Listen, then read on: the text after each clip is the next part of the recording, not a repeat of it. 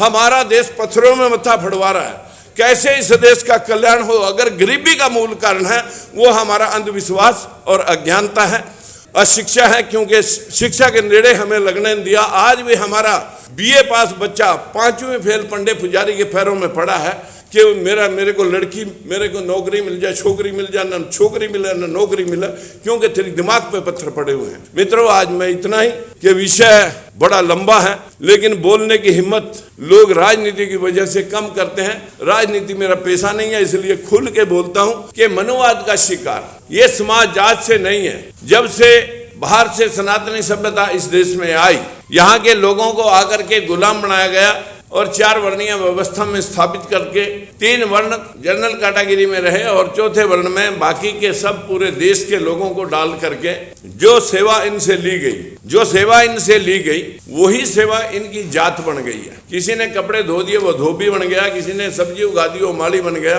किसी ने दूध पैदा कर दिया वो गुज्जर ग्वाला बन गया, और किसी ने लोहे का औजार बना दिया लुहार बन गया, किसी ने मिट्टी का बर्तन बनाया वो कुम्हार बन गया। जो जातियों में जो काम हमसे लिए गए वही हमारा पेशा बन गया, वही हमारी जाति बन गई। आज जातियों में 6743 जातियों में बंटा हुआ है समाज। राजनीतिक, सामाजिक, आर्थिक अपेक्षाओं का शिकार है। हमें नहीं लगता ये कब सुधरेंगे, कब इन लोगों को अकल आएगी। लेकिन हमारे जो बुद्धिजीवी वर्ग है, जो आज यहाँ ऑडियंस बैठी है, मैं दावे से कह सकता हूँ कि ये लोग वो लोग हैं जो अपनी लेखनी के भी माहिर हैं और अपनी स्पीकिंग के भी माहिर हैं। तो मेरी आप सभी से हाथ जोड़ के विनती है कि कुछ आप विचार रखना चाहते हो, मैं एक बुक्स लिखी है, उसके पीछे नंबर भी लिखे हुए हैं। उस बुक्स को पढ़ करके हमारे सभी भाई और बहन अपने विचार हम तक भेज सकते हैं, हम और उसमें अच्छा कार्य कर सकते हैं। कि क्योंकि मनुवाद ने पूरे देश को खोखला कर दिया।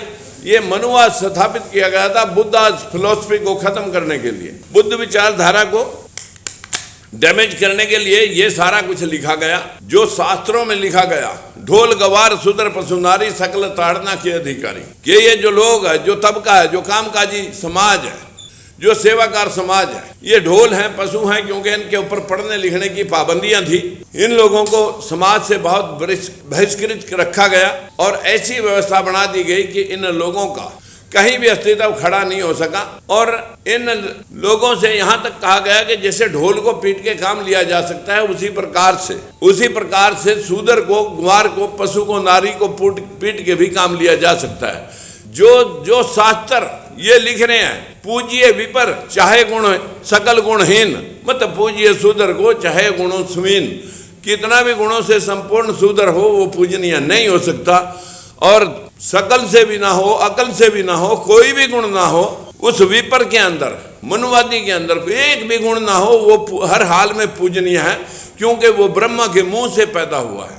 अरे कोई भुजाओं से पैदा हुआ, कोई नाभि से पैदा हुआ, इन शास्त्रों के मुताबिक कोई शूद्र समाज पैरों से पैदा हुआ, ना के गर्भ पैरों में ठहरे, ना बाजुओं में ठहरे, ना नाभि में ठहरे, ना मुंह में ठहरे। जैसे बच्चे संसार में पैदा होते हैं वैसे ही संसार का एक नियम है, जाना और आना एक सिस्टम है। लेकिन कुछ लोग कहते हैं हम श्रेष्ठ हैं और ये बाकी के नीच हैं। मैं इन सभी नीच भाइयों से हाथ जोड़ के विनती करना चाहता हूं कि इन नीचों को भी रास्ता दिखाने के लिए वीपी सिंह जैसे लोग आए, ऊपरले समाजों में भी आए। लेकिन मेरी आप सब भाइयों से विनती है कि आपके समाजों में महात्मा ज्योतिबा फूले आए, गौतम बुद्ध आए, अशोक सम्राट, जो आज इस देश के 24 देश बन सकते हैं। इस देश में जो अफगानिस्तान है, इंडोनेशिया, कोरिया, आधा चाइना, आधा रशिया, आपका सिंगापुर, मलेशिया, बैंकॉक, चीन, भूटान, सिक्किम, आपके ये सारे अशोक सम्राट के राज्य के भूभाग थे। लेकिन कलिंगा युद्ध में ज्यादा लोग मर जाने की वजह से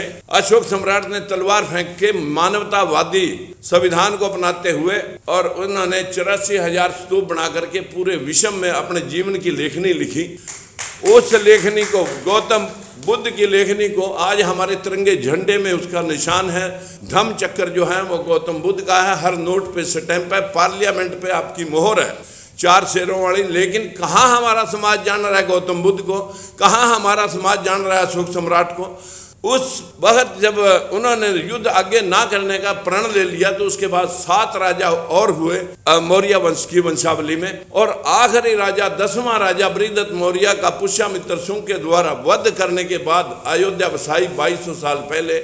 184 ईसा पूर्व। यहाँ बैठ करके सारी कल्पनाएं, सारे शास्त्र उसने यहाँ उनको लिखवाया गया, जिनमें ये बातें लिखी कि ढोल गवार शूद्र पशु नारी के लोग पूछेंगे, पुष्यमित्र सुंग, वही कहा, उसी ने कहा कि मैं भगवान राम विष्णु का अवतार हूँ। लोग पूछेंगे कि राम किसके बेटे कहाँ, जबकि शास्त्रों में लिख रखा है कि राजा दशरथ तो नापुंसक थे, वो तो निपुत्रिक थे। तो फिर कैसे हम मान लें इस बात को कि वो कैसे पैदा हुए, कि श्रृंगी ऋषि की खीर खाने से पैदा हो गए। ये श्रृंगी ऋषि कौन था भाई? ये भिंडरक का बेटा था। ये भिंडरक कौन था? जब आप मत्स्य पुराण पढ़ोगे, क्योंकि गरुड़ पुराण, मत्स्य पुराण, आपके भविष्य पुराण, न जाने 18 प्रकार की पुराण, लेकिन सबसे पहले मत्स्य पुराण को जब हम पढ़ेंगे तो उस पुराण में लिखा हुआ है कि भिंडरक ऋषि मछली के पेट से पैदा हुआ। How can be possible?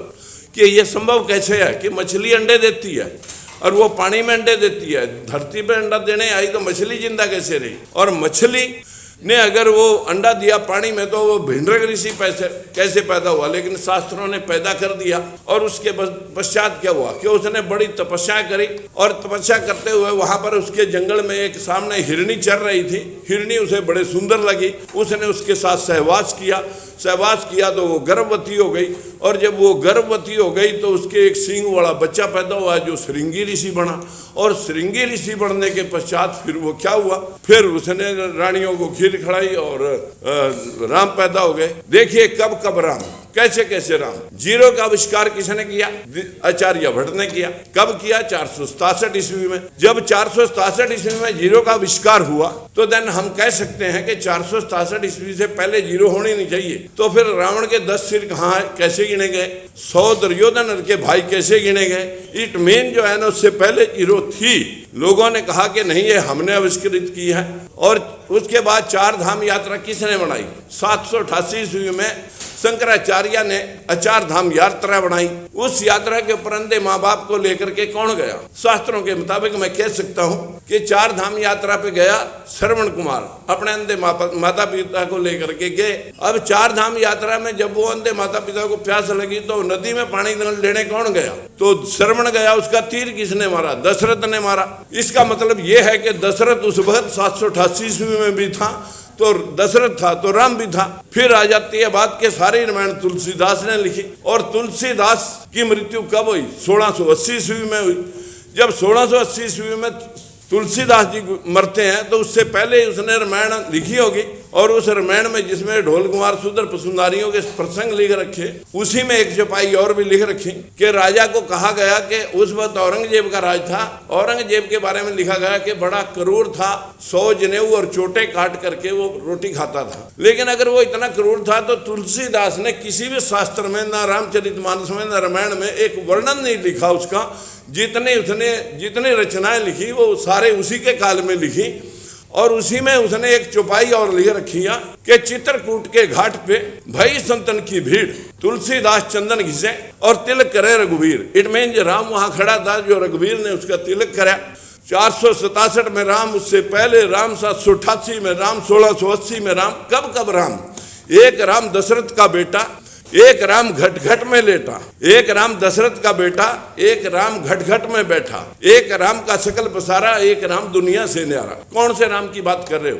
एक राम जिसको हम भगवान मानते हैं। Who is God? गॉड कौन है? गॉड मित्रों पंच तत्व है, सृष्टि का निर्माण जिससे होता है। भगवान जिसको हम कहते हैं, वैसे भूमि, जैसे गगन, वैसे वायु, ऐसे अग्नि, नैसे नीर, भय गय वह न। भगवान पंच तत्व जिसको पंडा पुजारी कहेगा कण कण में व्यापक है, दैट इज द ट्रुथ। ये कण कण में व्यापकता है। इसी बात को महात्मा फूले जी ने इन शास्त्रों के प्रति पूरा खुल करके लिखा। पेरियारी रामास्वामी ने लिखा, गाडगे साहब ने लिखा, नारायण स्वामी ने लिखा, तुलसीदास ने लिखा, कबीरदास ने लिखा, कबीरदास ने लिखा और गुरु नानक देव ने लिखा। कितने महापुरुषों ने लिखा? हमारे को कबीरदास कहते हैं कि तन की मालाएं छोड़, मन का फेर, पोथी पढ़ पढ़ जग भया, फिरा नहीं मन का फेर। अरे तन की मालाएं फेंक, मन का फेर। भगवान कहाँ है? भगवान तो आपके अंदर है। जिनको लोग नास्तिक कहते हैं, असल में वही आस्तिक, जो असली, जो परमार्थी हैं, जो असली आस्तिक हैं, वो नास्तिक जिनको लोग कह रहे हैं, जो ट्रुथ से वाकिफ हैं, जो सच्चाई पे चलते हैं, हमने कभी राजनीति नहीं देखी साथियों। इस राजनीति के पीछे, इस बैकवर्ड के पीछे, शेड्यूल कास्ट के पीछे 3 बार सत्ता छोड़ दी। सत्ता हमारा वो नहीं ना, सत्ता हमारा कारोबार है। कारोबार हम अपने बाल बच्चों के माध्यम से इंडस्ट्री चलाते हैं। उससे पहले 4 रुपए की बाल मजदूरी कर रखी है। ये कोई जो है, ये मेरा कोई बाप दादा का कोई कारोबार नहीं था कि मैं राजनीति करके ही मतलब रोटियां कमानी है। मैं आप सभी से भी जानना चाहता हूं कि यदि आप चाहते हैं कि आप वास्तविकता से वाकिफ हों तो मैं एक छोटी सी किताब आपको दूंगा, उस पे पढ़ के आप कमेंट देना, उस पे पढ़ करके आप अपना एनालिसिस हमारे को देना। अगर आप बाबा साहब का संविधान, हमारी बहन बेटियां राष्ट्रपति बन सकती हैं, प्रधानमंत्री बन सकती हैं, एसपी डीसी जज बन सकती हैं, लेकिन पूरी नारी जाति के ऊपर मनुवाद का शिकंजा है, ब्राह्मणवाद का शिकंजा है। और ऐसी व्यवस्था 4 करोड़ मंदिर इस देश के अंदर है, जो 4 करोड़ मंदिरों में लगभग 15 लाख करोड़ रुपये रोजाना सुबह 10 बजे से रात के 11 बजे तक, सुबह 4 बजे से अर्पया जाता है। हमारे लोग अगर सरस्वती पूजने से ज्ञान मिलता, लक्ष्मी पूजने से धन मिलता, तो मैं दावे से कह सकता हूं सारा धन और ज्ञान इन बैकवर्डों के पास, शूद्रों के पास होना चाहिए था। America, England, Canada, Australia, German, Japan, चीन, रूस, दुबई में फूटी कौड़ी नहीं होनी चाहिए थी। जो 100% बुद्धिस्ट कंट्री है जापान, जो 1945 में नेस्तनाबूद कर दिया था, अमेरिका ने उस पर बम डाल करके नेस्तनाबूद कर दिया था। मित्रों, आज अमेरिका भी उसका कर्जदार है। छोटा सा कंट्री है जो 100% बुद्धिस्ट है। पूरे वर्ल्ड की टेक्नोलॉजी अगर 70% टेक्नोलॉजी हम कहें तो पूरी जापान की है। चाइना मल्टीप्लाई करके उसे विश्व बाजार में उतार करके कब्जा करे बैठा है।